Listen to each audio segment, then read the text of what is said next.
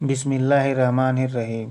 پیارے دوستو، اسلام کے آنے سے پہلے مشرکوں نے اللہ تعالیٰ کا گھر خانہ کعبہ کو بھوت پرستی کا گڑھ بنا رکھا تھا۔ بھوتوں کے نام کا طواف کیا جاتا تھا اور ان کے آگے سجدے بھی کیے جاتے تھے، اور یہی نہیں، ان بھوتوں کے لیے نذرانے اور قربانیاں بھی پیش کی جاتی اور ان کے سامنے گھٹنوں کے بل بیٹھ کر اپنی پریشانیوں کا حل بھی مانگا کرتے تھے۔ لیکن اب سوال یہ اٹھتا ہے کہ جب سارے انبیاء اکرام نے توحید کی دعوت دی، یعنی کہ ایک ہی خدا کی عبادت کرنے کی دعوت دی، تو پھر دنیا میں بھوت پرستی کی شروعات کب اور کس طرح سے ہوئی؟ یعنی کہ دنیا میں مورتی پوجا کی شروعات کب اور کیسے ہوئی؟ اور یہی نہیں، پھر یہ بھوت پرستی کا رواج توحید کے مرکز خانہ کعبہ کس طرح سے پہنچا؟ یقیناً آپ بھی حیران رہ جاؤ گے یہ جان کر، اس لیے آج کا ہمارا یہ ویڈیو آپ سبھی کے لیے بہت خاص ہے۔ آپ اس کو آخر تک ضرور دیکھیں۔ پیارے دوستو، روایتوں سے پتہ چلتا ہے کہ دنیا میں سب سے پہلے بھوت پرستی کا رواج حضرت نوح علیہ السلام کے دور کے بعد سے شروع ہوا۔ یعنی کہ دنیا میں مورتی پوجا کی شروعات حضرت نوح علیہ السلام کے دور کے بعد سے شروع ہوئی۔ روایت میں ملتا ہے کہ حضرت نوح علیہ السلام کے زمانے میں 5 ولی اللہ تھے، جن کے نام بود، سویا، یہوس، یہود اور نصر تھے۔ یعنی کہ 5 ولی اللہ کا ذکر ہوا ہے۔ یہ بزرگ گزشتہ نبیوں اور حضرت نوح علیہ السلام کے دین پر قائم تھے۔ پھر جب ان بزرگ کا ایک ایک کر کے سب کا انتقال ہو گیا تو ان کے قبیلے اور شہر کے لوگ نہایت ہی رنج و غم میں مبتلا رہنے لگے۔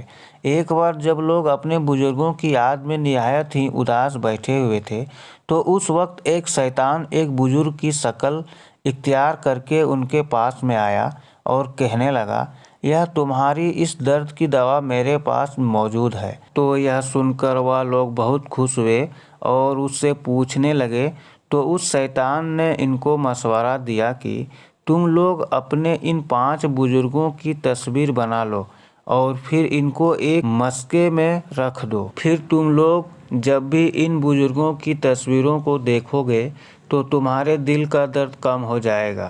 اس طرح سے یہ لوگ اس ابلیس کے جھانسے میں آ گئے اور اپنے ان تمام بزرگوں کی تصویریں بنا لی اور پھر صبح شام ان کی زیارت کرنے لگے، مگر یہ لوگ ان کی عبادت نہیں کرتے تھے۔ پھر دھیرے دھیرے یہ بات چاروں اور پھیل گئی اور اس طرح سے پھر اور بھی لوگ ان کی زیارت کو آنے لگے، اور پھر یہ سلسلہ کافی دنوں تک ایسے ہی چلتا رہا، یہاں تک کہ ان لوگوں کی ایک نسل ختم ہو گئی اور دوسری نسل وجود میں آ گئی۔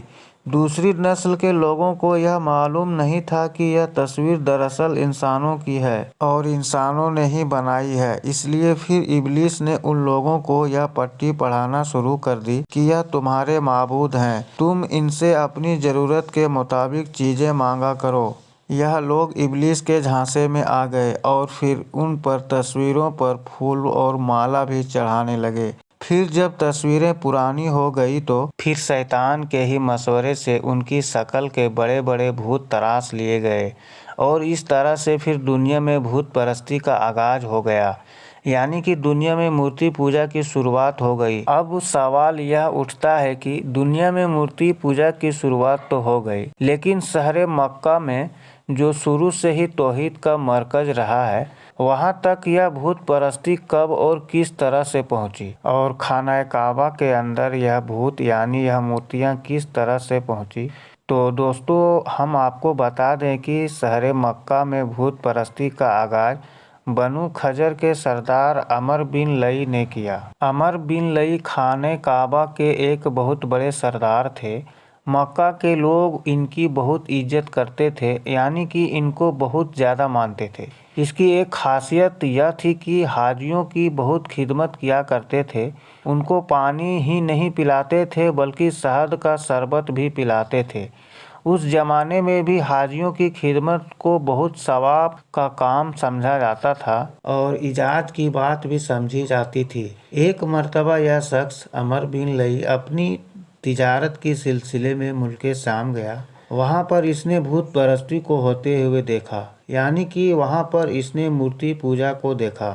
ملک شام میں ایک قوم آباد تھی جس کا نام کتابوں میں اعمال کا آیا ہے۔ اس قوم نے بھی اپنے بزرگوں کے بت بنائے تھے۔ ان لوگوں کا کہنا تھا کہ مانتے تو ہم ایک ہی خدا کو ہیں، لیکن کیونکہ ہمارے خدا نظر نہیں آتا ہے، اس لیے ہمیں لگتا ہے کہ ہمارے خدا تک ہماری کوئی بات نہیں پہنچ رہی ہے۔ یہی وجہ ہے کہ ہمارے یہاں پر ہم نے چھوٹے چھوٹے خدا بنا لیے ہیں۔ ان میں سے کوئی ہمارا ہوا کا خدا ہے، تو کوئی ہمارا پانی کا خدا ہے، تو کوئی رزق کا خدا ہے۔ ہم اپنے ان خداؤں سے بات کرتے ہیں، اس لیے پھر ہماری سفارش ہمارے بڑے خدا سے کر دیتے ہیں۔ کیونکہ یہ ہماری آنکھوں کے سامنے ہوتے ہیں، اس لیے ہماری عبادت بھی ان کے سامنے اچھی طرح سے ہو جاتی ہے۔ عمرو بن لئی جب ان لوگوں کی یہ بات سنی تو اس کو یہ بات بہت پسند آئی، اس لیے پھر اس نے وہاں سے ایک مورتی خرید لی اور واپس آ کر اس مورتی یعنی بھوت کو خانہ کعبہ میں رکھ دیا۔ اس بھوت کا نام ہبل تھا۔ یہ وہ پہلا بھوت تھا جو خانہ کعبہ میں رکھا گیا تھا۔ ہبل انسان کی شکل میں تھا، اس لیے مکہ کے لوگ اس سے سب سے بڑا اور سب سے خاص بھوت سمجھنے لگے۔ ہبل کا دایاں ہاتھ ٹوٹا ہوا تھا، اس لیے پھر مکہ کے لوگوں نے ایک سونے کا ہاتھ بنوا کر اسے لگوا دیا تھا۔ ہبل کے علاوہ عرب کے پرانے بھوتوں میں سے ایک منات بھی ہے، یہ بھی ایک مسکن میں رکھا گیا تھا۔